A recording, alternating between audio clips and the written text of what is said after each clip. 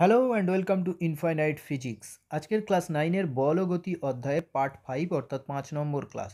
এর আগে 4টে ক্লাস হয়ে গেছে, তোমরা যারা দেখোনি তারা ভিডিওর ডেসক্রিপশানে লিঙ্ক দেওয়া থাকবে কিংবা চ্যানেলের প্লেলিস্টে গিয়ে সেখান থেকে দেখতে পারো। এই আগের ক্লাস অর্থাৎ 4 নম্বর ক্লাসে আমরা আলোচনা করেছি নিউটনের প্রথম গতিসূত্র। তো আজকের এই 5 নম্বর ক্লাসে মূলত আমরা কি কি নিয়ে আলোচনা করব এবং আমাদের মেন টপিক কোনগুলো সেটা একটু দেখে নাও। সেটা 1 নম্বর হলো বল, 2 নম্বর কার্যকর বলের কার্যকর বল ও প্রতিমিত বল, 3 নম্বর বলের সংযোজন, 4 নম্বর সামান্তরিক সূত্র আর বলের বিভাজন। এই 5টা মূলত মেন টপিক নিয়ে আলোচনা করব, কিন্তু এর সাথে সাথে পড়ানোর সময় আরও অনেক টপিক নিয়ে এখানে আলোচনা করা হবে। তো বেশি কথা না বলিয়ে ক্লাসটা শুরু করা যাক। দেখো, এর আগে 4 নম্বর ক্লাসে আমরা জেনেছি যে নিউটনের প্রথম গতিসূত্রটা বলছিল যে বাইরে থেকে কোনো বল প্রয়োগ না করলে স্থির বস্তু সারা জীবন স্থির থাকবে এবং কোনো গতিশীল বস্তু সারা জীবন সরল রেখায় একই গতিবেগ নিয়ে কনস্ট্যান্ট গতিবেগ নিয়ে চলতে থাকবে। এটা নিউটনের প্রথম গতিসূত্রে আমরা আগের ক্লাসে জেনেছি। এখন এই যে প্রথম গতিসূত্রে যে বলা হচ্ছে বাইরে থেকে বল প্রযুক্ত না করলে, এই যে বল, বল কাকে বলে আজকের ক্লাসে আমরা জানবো বল জিনিসটা কি। তাহলে ওই নিউটনের প্রথম গতিসূত্রটাকে একটু ঘুরিয়ে লিখে দাও, তাহলে বলের সংজ্ঞা হয়ে যাবে। মানে নিউটন বলেছিল কি না, বাইরে থেকে বল প্রযুক্ত না করলে স্থির বস্তু চিরকাল স্থির আর সচল বস্তু চিরকাল সমবেগে সরল রেখায়। ঠিক একই রকমভাবে ওইটাকে একটু ঘুরিয়ে লিখে দাও যে বাইরে থেকে যা প্রযুক্ত করলে স্থির বস্তু স্থির অবস্থাটা পরিবর্তন করা হয় এবং গতিশীল বস্তুর গতিশীল অবস্থাটাকে পরিবর্তন করা হয়, সেটাই হচ্ছে কি না বল। মানে মনে করো তোমরা একটা সাইকেল নিয়ে যাচ্ছ, তো যদি সাইকেল নিয়ে এগিয়ে যেতে থাকো, তো সেই সাইকেলের গতিটাকে, সাইকেলটা যেহেতু গতিশীল বস্তু, তাহলে এর গতিটাকে থামানোর জন্য আমরা কি করি, ব্রেক মারি, তার মানে বল প্রয়োগ করলাম। তাহলে গতিশীল বস্তুকে থামাতে গেলে আর থামানো বস্তুকে মানে থামা বস্তুকে গতিশীল করতে গেলে যে জিনিসটার দরকার হয় বা বাইরে থেকে যে জিনিসটা প্রযুক্ত করতে হয়, সেটাই হচ্ছে কি বল বা ফোর্স। বোঝা গেছে? তাহলে বল বা ফোর্সে কোনো অসুবিধা নেই, বাইরে থেকে যা প্রয়োগ করলে কোনো বস্তুর অবস্থার পরিবর্তন করা হয়, সোজা কথা অবস্থার পরিবর্তন। তোমরা এটাকে সংক্ষেপে ছোট করেও লিখতে পারো যে বাইরে থেকে যা প্রয়োগ করে যা প্রয়োগ করে কোনো বস্তুর অবস্থার পরিবর্তন করা হয়, অবস্থার পরিবর্তন করা হয়, সেটাই হলো বল, সেটাই হলো বল। বোঝা গেছে তাহলে যে বল জিনিসটা কি। এইবার আমরা জানবো কার্যকর বল। কার্যকর বল কি? দেখো, খুব ইন্টারেস্টিং জিনিস, এটাকে একটা মানে বিশাল নাম দেওয়া হয়েছে কার্যকর বল বা এফেক্টিভ ফোর্স। তো কার্যকর বলটা কি তোমরা বুঝতে পারবে যে কার্যকর বল জিনিসটা কি আর প্রতিমিত বল জিনিসটা কি। আগে দেখো, কার্যকর বল বোঝার আগে মনে করো এইখানে একটা 10 কেজির বাটখারা আছে। এই 10 কেজির বাটখারাটাকে প্রথমে এই দিকে একজন লোক 10 নিউটন বল দ্বারা টানছে, 10 নিউটন বল দ্বারা টানছে। তাহলে যদি বলা হয় এক্ষেত্রে কার্যকর বল কি কত, তাহলে এটা হবে কত না 10 নিউটন। 10 নিউটন হচ্ছে কার্যকর বল। বোঝা গেল 10 নিউটন। কিন্তু ধরো এই রকম কেসে যে একজন 10 নিউটন বল দিয়ে টানছে, এইবার সেকেন্ড কেসে পিছনে বলছে যে দাঁড়া, তুই একা বলটা টানছিস ওই দিকে 10 কেজির বাটখারাটাকে, বলে পিছন থেকে একজন কি করলো, টেনে ধরলো। ফাজলামো মেরে একজন কি করলো, টেনে ধরলো। সে 2 নিউটন বল দিয়ে পিছন দিকে টেনে ধরলো।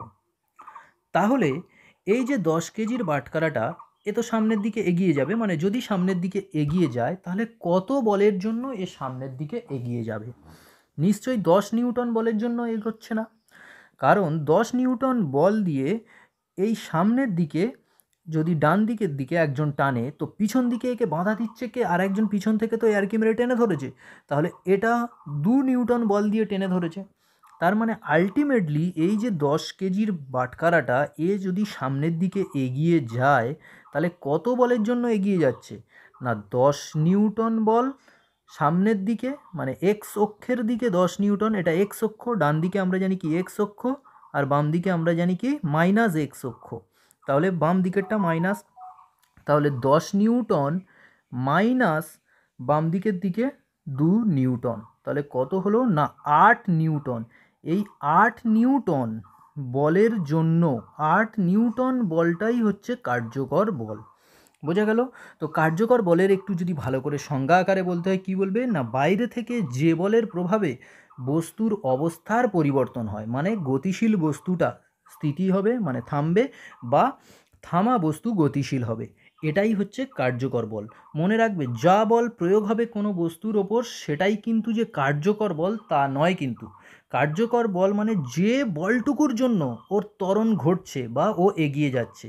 প্রথম ক্ষেত্রে 10 নিউটন বলের জন্য 10 কেজির বাটখারাটা এগিয়ে যাচ্ছিল, কিন্তু দ্বিতীয় ক্ষেত্রে যেহেতু বাম দিকে 2 নিউটন বল দিয়ে পিছন দিকে টেনে ধরেছিল, তাই 2 নিউটন বল ব্যালেন্স হয়ে গিয়েছিল, গিয়ে বাকি ছিল কি 8 নিউটন বল সামনের দিকে, ও এই 8 নিউটন বলের জন্য এগোচ্ছিল, এবং এটাই হয়েছিল কি না কার্যকর বল। বোঝা গেল? এইবার দেখো প্রতিমিত বল। এই প্রতিমিত বল জিনিসটা খুব ইন্টারেস্টিং। দেখো প্রতিমিত বলের মানে বাংলাটা শুনে তোমরা বুঝতে পারছো না যে প্রতিমিত বল এটা আবার কি, কিন্তু প্রতিমিত বলের ইংরাজিটা শুনলে তোমরা বুঝতে পারবে। প্রতিমিত বলের ইংরাজিটা হলো ব্যালেন্স ফোর্স।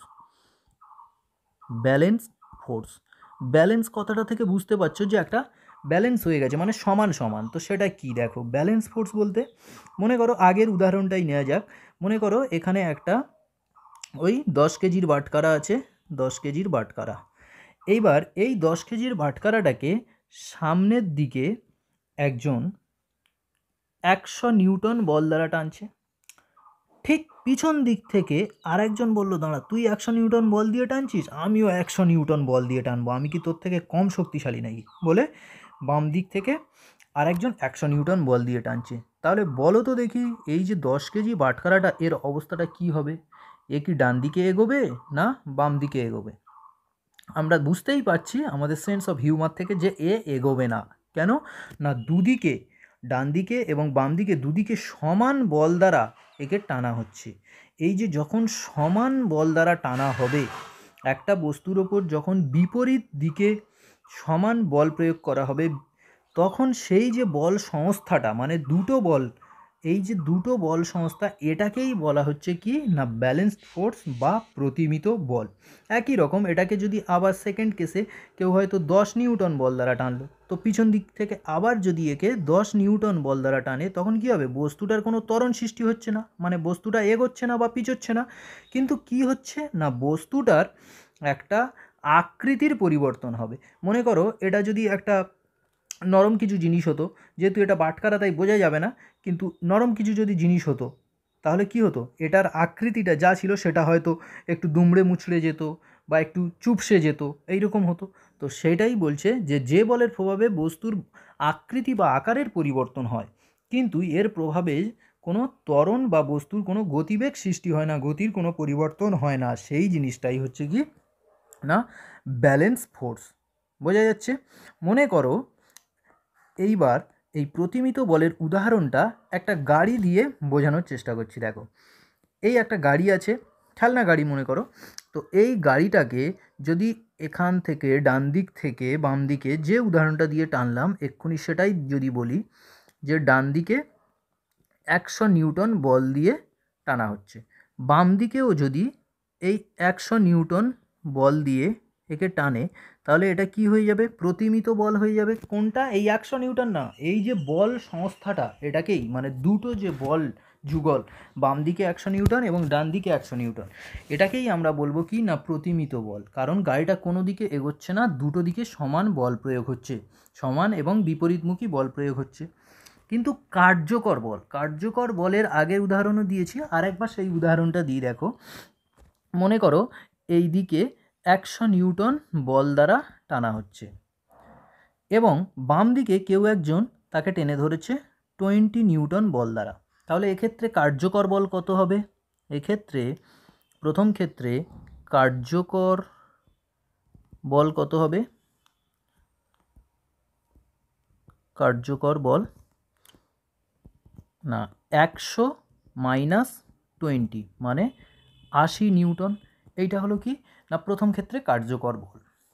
এবার দেখো যদি কোনো বল মনে করো অনুভূমিকের সঙ্গে একটা অ্যাঙ্গেল করে লাগছে, অনুভূমিকের সঙ্গে মানে এই রকমভাবে যে 100 নিউটন বলটা লাগছিল সরাসরি ডান দিকে, সেটা না লেগে এই অ্যাঙ্গেল করে লাল যে ইন্ডিকেট দিয়ে দেখিয়েছি, লাল কালারটা দিয়ে যে সরলরেখাটা, সেই অবস্থায় 100 নিউটন বল সেই অ্যাঙ্গেলে লাগছে।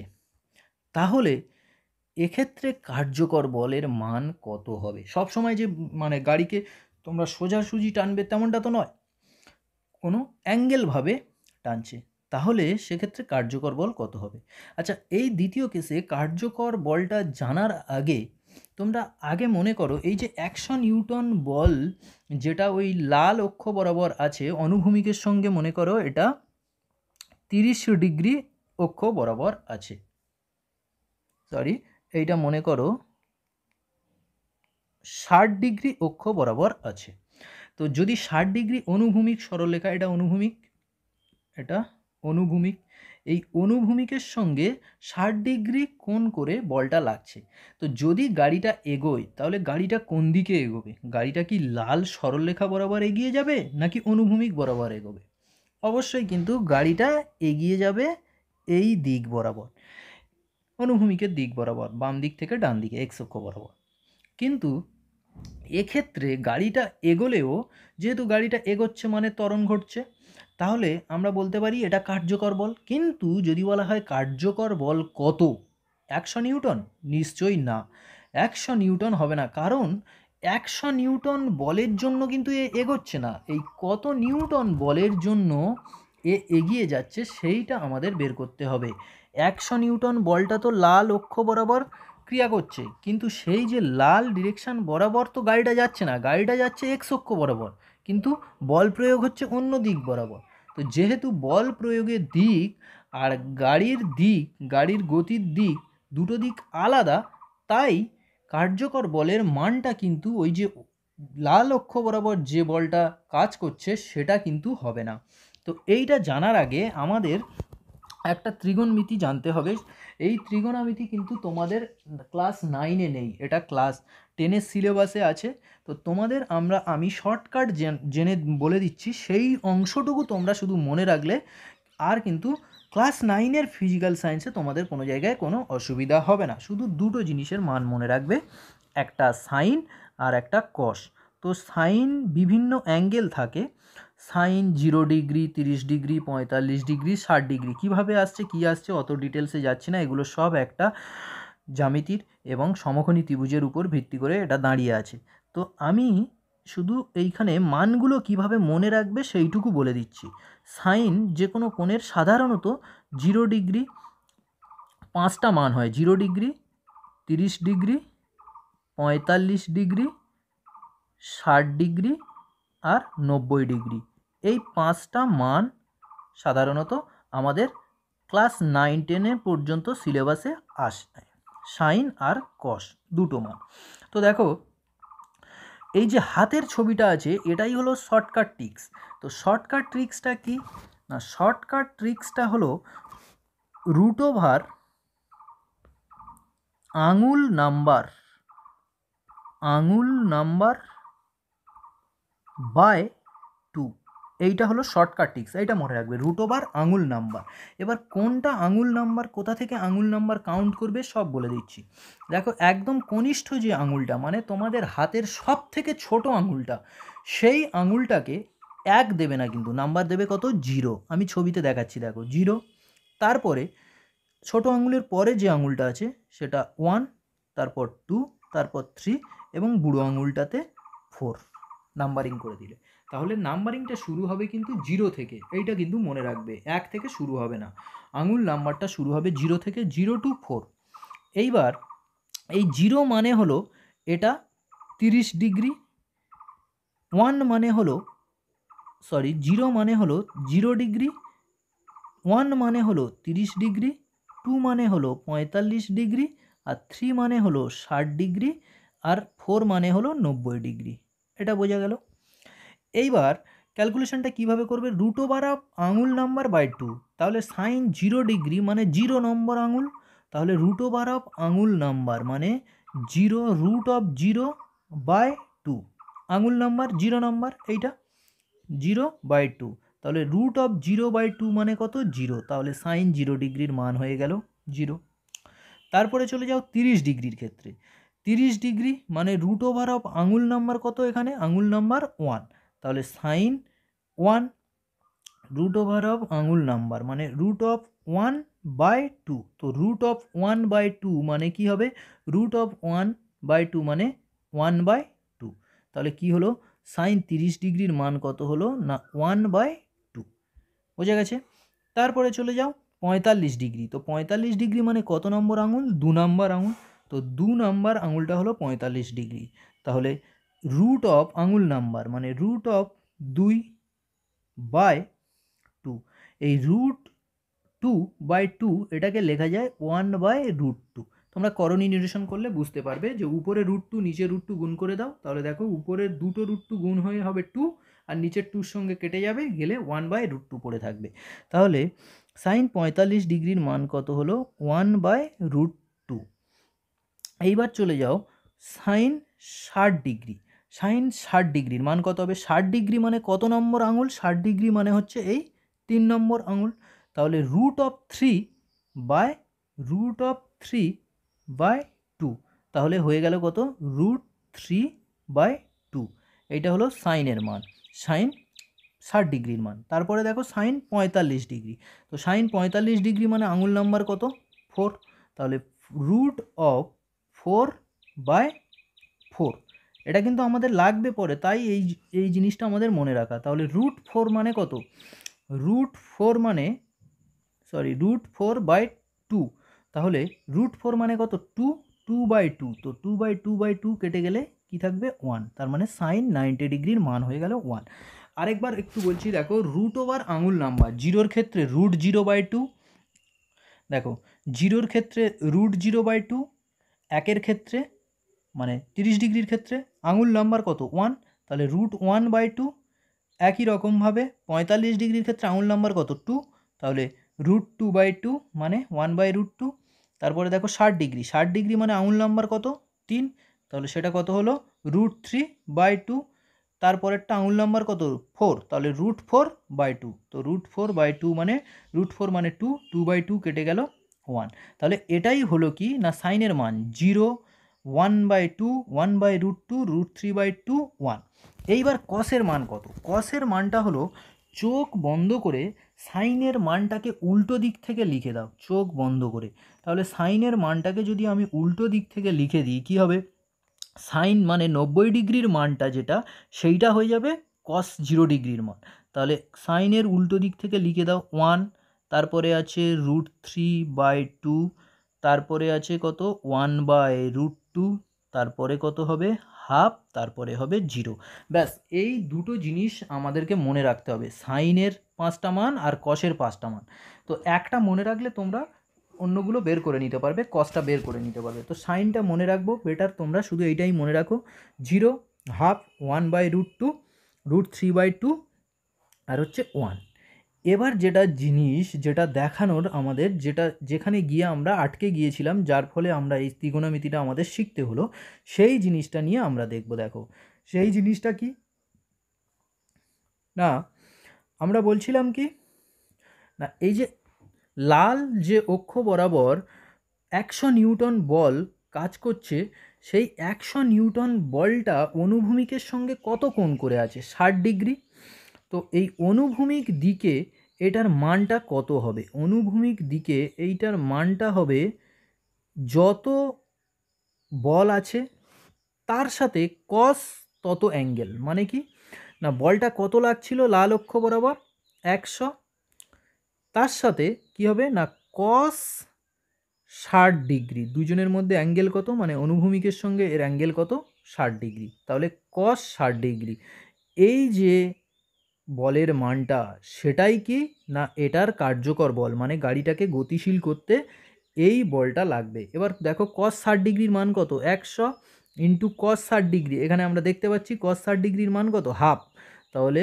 1/2, তাহলে 100/2, এটা করলে কত হবে 50। মানে আমরা এই যে অ্যান্সারটা পেলাম সেটা কত পেলাম না 50 নিউটন। মানে 100 নিউটন বল দিয়ে টানছিল লাল অক্ষ বরাবর, কিন্তু গাড়ি এগোচ্ছে কোন বলের জন্য, 50 নিউটন বলের জন্য, তাই এটাকে বলা হচ্ছে কি না কার্যকর বল।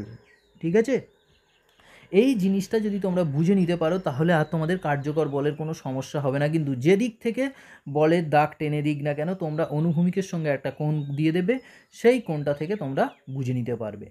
বোঝা গেছে? তাহলে 50 নিউটন বল। একটা কথা বলি, এই যে 50 নিউটন বল তখন আমরা ধরছি কি না এই 20 নিউটন বলটা লাগছে না, প্রথম কেসে লাগছিল, মানে যখন 100 নিউটন বল এই কালো অক্ষ বরাবর অনুভূমিক বরাবর যাচ্ছিল তখন লাগছিল, কিন্তু যখন এই লাল অক্ষ বরাবর লাল সরলরেখা বরাবর 100 নিউটন বল লাগছে তখন কিন্তু গাড়ির পিছন দিক থেকে কেউ টানছে না, এটাই ধরে নিলাম এটার ক্ষেত্রে। তারপরে দেখো বলের সংযোজন, বলের সংযোজন জিনিসটা কি। তো ছবিতে দেখতে পাচ্ছ একটা ডিএপির বস্তা আছে, এই বস্তাটা মনে করো 100 কেজির বস্তা, তো এই ডিএপির বস্তাটাকে সরাতে হবে। সরাতে গেলে প্রথমে একজন এলো, সে 10 নিউটন বল প্রয়োগ করলো, তাও দেখছে বস্তাটাকে সে টানতে পারছে না, তখন তার আরেকজন বন্ধুকে ডাকলো, সে এসে কী করলো আরও 10 নিউটন, আরও দড়ি বাঁধা ছিল একটা, সে কী করলো আরও ওই দড়িটা ধরে আরও 10 নিউটন বল দিয়ে টানতে লাগলো, তাও টানতে পারছে না। তখন কি করছে না দুজন বন্ধু এলো, একজন 20 নিউটন বল প্রয়োগ করলো আর একজন 5 নিউটন বল প্রয়োগ করলো। এইবার দেখছে যে বস্তাটা এগিয়ে আসছে, তাহলে কত বলের প্রভাবে, কত বলের প্রভাবে এই বস্তাটা এগিয়ে যাচ্ছে ডান দিকে। এবার দেখছে যে বস্তাটা এগোচ্ছে, এগিয়ে যাচ্ছে, তাহলে কত বলের প্রভাবে বস্তাটা এগোচ্ছে, সিম্পল এই জিনিসগুলো অ্যাড করে দাও, মানে যোগ করে দাও, তাহলে কত হবে 20, 30, 40, 45, মানে 45 নিউটন বলের জন্য এই বস্তাটা এগিয়ে যাচ্ছে, তাহলে এটাই হলো কি কার্যকর বল। এইবার একটা কথা বলি, সব সময় বলের সংযোজন মানেই যে যতগুলো বল লাগবে এরকম পরপর অ্যাড হয়ে যাবে, যোগ হয়ে যাবে, তেমনটা নয়। আর একটা উদাহরণ দিই তাহলে বুঝতে পারবে। মনে করো যখন এই 45 নিউটন বল প্রয়োগ করে যখন দেখা যাচ্ছে এই বস্তাটাকে এগিয়ে নিয়ে যাওয়া হচ্ছে, ঠিক সেই রকম পিছন থেকে আর একজন ছেলে, দুষ্টু ছেলে, সে 20 নিউটন বল প্রয়োগ করে টানলো, তাহলে সিম্পল এক্ষেত্রে কার্যকর বল কত হবে না টোটাল 45 মাইনাস আবার 20, তাহলে কত হলো 25 নিউটন। এই 25 নিউটন বলের প্রভাবে মনে করো বস্তাটা অবশ্যই এগিয়ে যাচ্ছে, ঠিক আছে, মনে করো বস্তাটা এগিয়ে যাচ্ছে, তাহলে এই 25 নিউটন বলের প্রভাবে এগোচ্ছে, তাহলে এটাই হলো কার্যকর বল।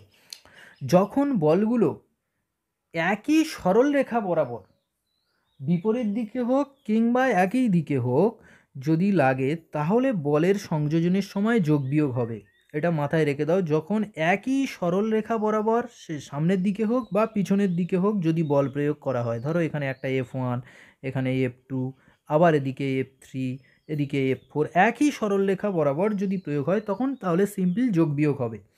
কিন্তু যদি কোনো অ্যাঙ্গেল করে বল প্রয়োগ করা হয়, মানে মনে করো এইখানে ধরো একটা ব্লক আছে, এই ব্লকের দিকে এই দিকে একটা বল প্রয়োগ করা হচ্ছে 10 নিউটন, এই দিকে একটা বল প্রয়োগ করা হচ্ছে 20 নিউটন, আবার এই দিকে একটা বল প্রয়োগ করা হচ্ছে 20 নিউটন, তাহলে এক্ষেত্রে কার্যকর বল কত হবে, সিম্পল কিন্তু 20, 20, 40, 50 কিন্তু তখন হবে না। বোঝা গেছে তাহলে? তো সেইটার ক্ষেত্রে কি হবে সেইটা জানার জন্য আমাদেরকে জানতে হবে সামান্তরিক সূত্র। দেখো সামান্তরিক সূত্রটা কি, খুব সিম্পল, সামান্তরিক সূত্র কথাটা থেকে আমরা বুঝতে পারছি যে সামান্তরিক একটা অঙ্কন হবে। তো মনে করো কোনো একটা বিন্দু, এই বিন্দুতে দুদিকে বল প্রয়োগ হচ্ছে, এই বিন্দু থেকে একটা ডান দিকে এক্স অক্ষ বরাবর বল প্রয়োগ হচ্ছে, সেটার নাম দিলাম F1। এইবার এইরকম একটা অক্ষ বরাবর বল প্রয়োগ হচ্ছে, সেটার নাম দিলাম F2। বল প্রয়োগ হতেই পারে, যে যেদিকে ইচ্ছা মারতে পারে, পা দিয়ে লাথি দিয়ে পা মারতে পারে, হাত দিয়ে টানতে পারে, কোনো অসুবিধা নেই। তাহলে যে যেদিকে ইচ্ছা টানতেই পারে, বল প্রয়োগ করছে সেই রকম। তাহলে এদিকে একটা F1 বল প্রয়োগ করছে, অবশ্যই না এগুলোর মাথায় একটা তীর চিহ্ন দেবে, এই F1 F2-র মাথায় তীর চিহ্ন দেবে, কেননা এগুলো একটা ভেক্টর রাশি, বল অবশ্যই একটা ভেক্টর রাশি, তাই ভেক্টর রাশিকে লিখতে গেলে সবসময় মাথায় অ্যারো চিহ্ন লিখতে হয়। তাহলে এটা F1 F2 বল প্রয়োগ হচ্ছে। এইবার এদের দুজনের মধ্যে অ্যাঙ্গেল হলো থিটা, মানে কোনো একটা অ্যাঙ্গেল করে আছে, সেই দুটোর অ্যাঙ্গেলের নাম দিলাম হচ্ছে থিটা, দুটো মানে দুটো বলের মধ্যে মধ্যবর্তী কোণ। তাহলে এদের যে লব্ধি বলটা, মানে দুটো বল যাচ্ছে, তো দুটো বল লাগছে, তাহলে দুটো বল যদি লাগে তাহলে এই যে বস্তুটা, এই যে কালো কালারের যে বস্তুটা আছে, এ অ্যাকচুয়ালি সরবে কোন দিকে, সেই যে সরবে কোন দিকে তার জন্য কি করতে হবে না, দুটো অক্ষ দিয়ে আমাদেরকে আগে সামান্তরিকটা অঙ্কন করে নিতে হবে। তাহলে সামান্তরিকটা অঙ্কন করলাম কি না, প্রথম F1 যে বলটা লেগেছে সেই F1 বলের সমান্তরাল করে একটা সরলরেখা অঙ্কন করলাম, F1 বলের সমান্তরাল করে একটা সরলরেখা অঙ্কন করলাম, কালারটা আমি চেঞ্জ করে নিচ্ছি, রেড কালার।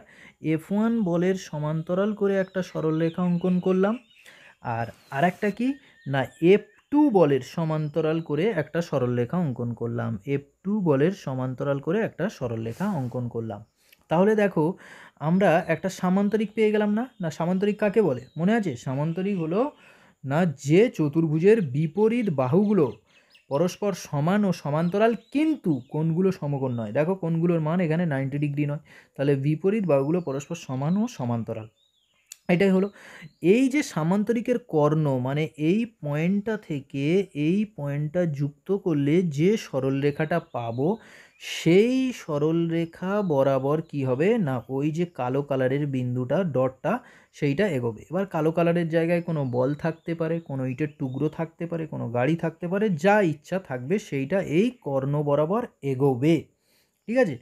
এবং এটা তো গেল কোন দিকে এগোবে, কিন্তু যদি বলে যে এই বলটার মান কত হবে, এইটা তোমরা একটু মনে রাখবে, কারণ তোমাদের এই প্রমাণটা না তোমাদের 9-এর সিলেবাসে নেই, ক্লাস 11-এ যদি তোমরা সায়েন্স নিয়ে পড়ো তাহলে তখন কিন্তু এর প্রমাণটা আছে। তো অত ডিটেলসে যাচ্ছি না, আমাদের যতটুকু জানার দরকার ক্লাস 9-এর সিলেবাস অনুযায়ী ততটুকু। এইটাকে লেখা হয় আর দ্বারা। আর কেন না, আরকে বলা হয় রেজাল্টেন্ট বা লব্ধি, ওই জন্য আর দ্বারা লেখা হয়। তো এই লব্ধির মানটা দিলাম আর। এই আর এর মানটা হলো নাকি F1 square F2 square plus 2 F1 F2 2 F1 F2 cos of দুজনের মধ্যে অ্যাঙ্গেল, যে F1 আর F2-র মধ্যে অ্যাঙ্গেল ছিল থিটা। খুব সিম্পল জিনিস, দেখো দুটো এইটা দিয়ে একটা অঙ্ক করলে তোমাদের কিন্তু এই সূত্রটা একদম মনে থেকে যাবে। দেখো এটা মনে রাখবে কি না, F1 স্কোয়ার F2 স্কোয়ার, মানে যে দুটো বল লাগছিল তাদের দুজনের স্কোয়ার প্লাস স্কোয়ার, মানে প্লাস তারপর 2 F1 F2 ইন্টু দুজনের মধ্যে অ্যাঙ্গেল, ঠিক আছে? এইটাই গেল কি না ওই আর এর মান, মানে লব্ধির মান, কত বল লাগছে। তো সিম্পল একটা এখানে এক্সাম্পল দিলে তোমরা বিষয়টা বুঝতে পারবে। মনে করো এটা একটা কালো ফুটবল, এই কালো ফুটবলের ওপর একটা নীল কালারের বল এই দিকে লাগছে, কত নিউটন? 10 নিউটন, আর এই দিকে একটা লাগছে কত?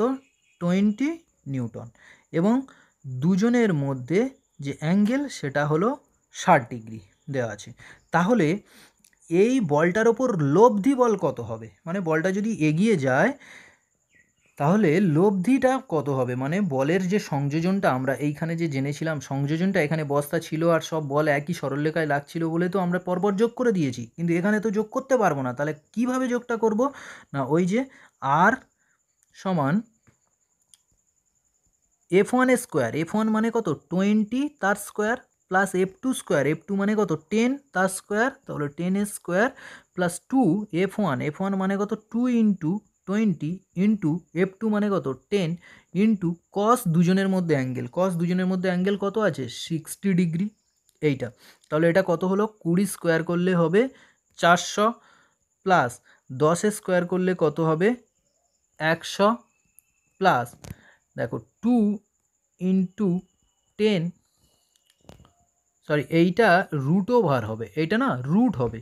তাহলে 2 into 20 10 into 20 into cos 60 degree. Cos 60 ডিগ্রির মান কত না হাফ, আমরা আগেই জেনেছি। দেখো এইখানে কস 60 ডিগ্রির মান, দেখো কোথায় কোনটা লাগছে, কস 60 ডিগ্রির মান এইটা আমরা আগে জেনেছি না, কস 60 ডিগ্রির মান হাফ। তাহলে এই যে হাফটা সেইটা বসিয়ে দাও, কস 60 ডিগ্রির মান হয়ে গেল কত হাফ। তাহলে এখান থেকে আমরা পেলাম কত না 400 প্লাস 100, এটা সব রুটের মধ্যে, এগুলো রুটের মধ্যে, প্রথমে আমি বলতে ভুলে গেছি, ওটা মিস্টেক হয়ে গেছে, এর জন্য সরি। 100 প্লাস 400 প্লাস 100, এই 2 2 কেটে গেল, এটা কত হবে প্লাস 200।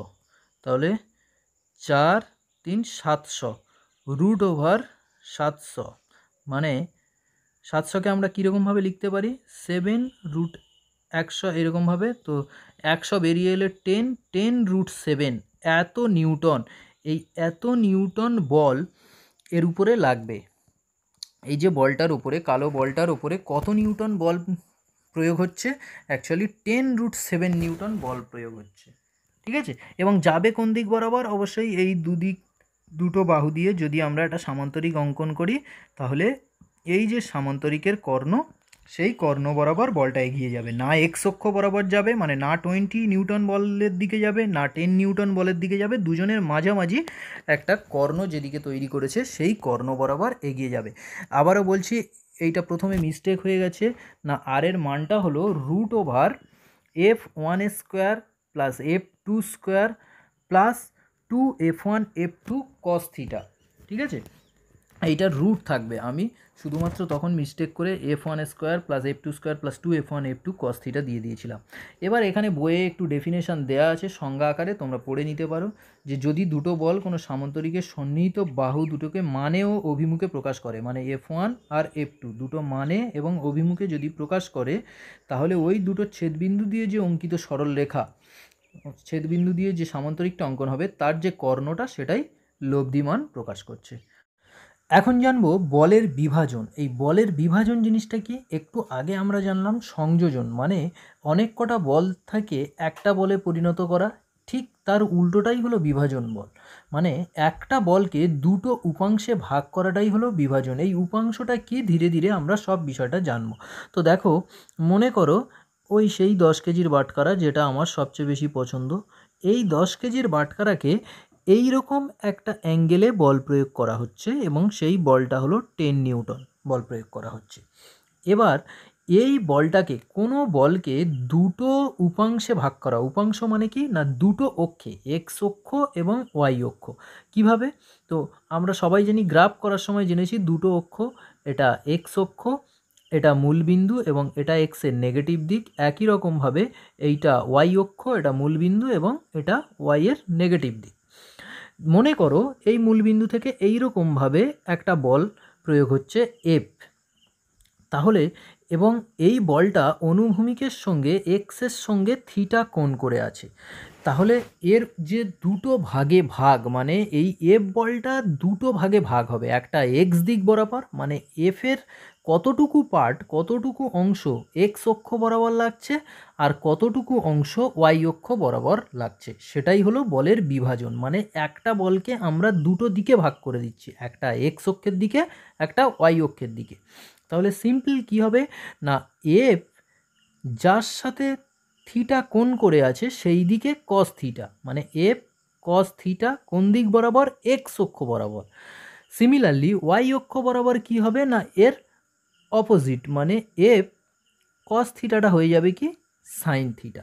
বোঝা গেছে, যেদিকে থিটা কোণ করে থাকবে সেই দিক বরাবর কস থিটা। আর একটা এক্সাম্পল দিলে বোঝা যাবে, দেখো মনে করো এদিকে আছে 20 নিউটন, এবার এটা এক্স অক্ষের সঙ্গে কত কোণ করে আছে সেটা না বলে দিয়ে বলল ওয়াই অক্ষের সঙ্গে কোণ করে আছে 30 ডিগ্রি। তাহলে ওয়াই অক্ষ বরাবর কি হবে না বলের মান F20 cos 30 ডিগ্রি, মানে এমন নয় যে শুধু এক্স অক্ষ বরাবর কসটা হবে, ওয়াই অক্ষ বরাবরও কস হতে পারে। আমাদের দেখতে হবে যে পরীক্ষাতে বা কোশ্চেনে কোন অ্যাঙ্গেলটা দেয়া আছে, মানে বলের সঙ্গে যে অক্ষের অ্যাঙ্গেল দেয়া আছে সেই অক্ষের দিকে কস। যেহেতু এখানে বলের সাথে ওয়াই অক্ষ 30 ডিগ্রি কোণ করে আছে, তাই ওয়াই অক্ষের যে উপাংশটা সেটা হবে 20 cos 30 ডিগ্রি, এবং এক্স অক্ষের উপাংশটা হয়ে যাবে তখন উল্টো পুরোপুরি 20 sin 30 ডিগ্রি। বোঝা গেল? এইটাই হলো এক্স অক্ষ বরাবর এবং ওয়াই অক্ষ বরাবর কোনো বলের বিভাজন। তো এই যে এক্স অক্ষ বরাবর 20 sin 30 ডিগ্রি, এইটাই হচ্ছে কি না এক্স অক্ষ বরাবর উপাংশ, বলের উপাংশ। কত বলের? না 20 নিউটন বলের উপাংশ হচ্ছে 20 sin 30 ডিগ্রি এক্স অক্ষ বরাবর, আর 20 cos 30 ডিগ্রি হলো ওয়াই অক্ষ বরাবর উপাংশ। তো যেটা করছিলাম 10 কেজির ব্লকটা, 10 কেজির ব্লকটা মনে করো এক্স অক্ষ আর ওয়াই অক্ষ দুটো অক্ষ আছে, রেড কালার দিয়ে বোঝাচ্ছি এটা এক্স অক্ষ, আর ওয়াই অক্ষটা বোঝাচ্ছি রেড কালার দিয়ে এটা ওয়াই অক্ষ। ঠিক আছে? তো এক্স অক্ষের সঙ্গে 30 ডিগ্রি কোণ করে আছে, তাহলে এটা কি হবে? তো 10, আচ্ছা 30 ডিগ্রি না, ক্যালকুলেশনের সুবিধার জন্য এটা নিয়ে নিলাম 60 ডিগ্রি কোণ করে আছে, তাহলে কি হবে 10 cos 60 ডিগ্রি, এই দিকে যেদিকে কোণ করে থাকবে এক্স অক্ষের সঙ্গে কোণ করে আছে 60 ডিগ্রি বলটা, তাহলে 10 cos 60 ডিগ্রি এক্স অক্ষ বরাবর, আর ওয়াই অক্ষ বরাবর কি হয়ে যাবে 10 sin 60 ডিগ্রি। এইবার cos 60 ডিগ্রি sin 60 ডিগ্রির মান তো আমরা একটু আগে জেনেছি, সেখান থেকে বসিয়ে দিলেই কিন্তু আমরা এই এক্স অক্ষ বরাবর যে উপাংশ এই মানটা পেয়ে যাব, আর ওয়াই অক্ষ বরাবর যে উপাংশ এই মানটা পেয়ে যাব। তাহলে মোদ্দা কথা কী হলো না, একটা বলকে দুটো অংশে বিভক্ত করার পদ্ধতিটাই হলো বলের বিভাজন। কোন দুটো অংশ? না এই যে এক্স অক্ষ বরাবর একটা অংশ আর ওয়াই অক্ষ বরাবর একটা অংশ। মেন বল ছিল কোনটা? 10 নিউটন মেন বল ছিল, সেই 10 নিউটন বলকে একটা এক্স অক্ষ বরাবর আর একটা ওয়াই অক্ষ বরাবর, এটাকেই বললাম বলের বিভাজন। একই রকম আমরা আগে জেনেছিলাম কি বলের সংযোজন। বলের সংযোজন মানে কি, বিভিন্ন বল ছিল, যেমন দেখো এই সামান্তরিক সূত্রে এই একটা বল ছিল, এই একটা বল ছিল F1 F2, সেইটা থেকে একটা বল পেয়েছিলাম, সেই বলটা কত না আর, এই যে লব্ধি বলটা আর বলটা পেয়েছিলাম। তাহলে দুটো বলকে অ্যাড করে লব্ধি করে আমরা একটা বল পেয়েছি, মানে এটা হলো সংযোজন। ঠিক তার বিপরীতটাই হলো কি না বলের বিভাজন, একটা বলকে দুটো উপাংশে। অবশ্যই এই যে উপাংশটা, যে কোনো উপাংশে কিন্তু আমরা ভাগ করতে পারবো না, উপাংশটা কি হতে হবে না দুটো অক্ষ, দুজনের মধ্যে কোণটা হতে হবে 90 ডিগ্রি, মানে যে দুটো উপাংশে ভাগ করব সেই দুজনের মধ্যে কোণ 90 ডিগ্রি হতে হবে। বলের সঙ্গে যে কত কোণ করে থাকলো সেটা দেখার দরকার নেই, কিন্তু যে দুটো অংশে ভাগ করব এক্স অক্ষ আর ওয়াই অক্ষ, সেই দুজনের মধ্যে কোণটা যেন থাকে 90 ডিগ্রি। বোঝা গেল? তো এই গেল বলের বিভাজন। তোমাদের যদি কোনো অসুবিধা থাকে এই ক্লাস সম্পর্কে অবশ্যই কমেন্ট বক্সে কমেন্ট করবে কিংবা গ্রুপে কমেন্ট করবে। ঠিক আছে? তো পড়াশোনা করতে থাকো। All the best.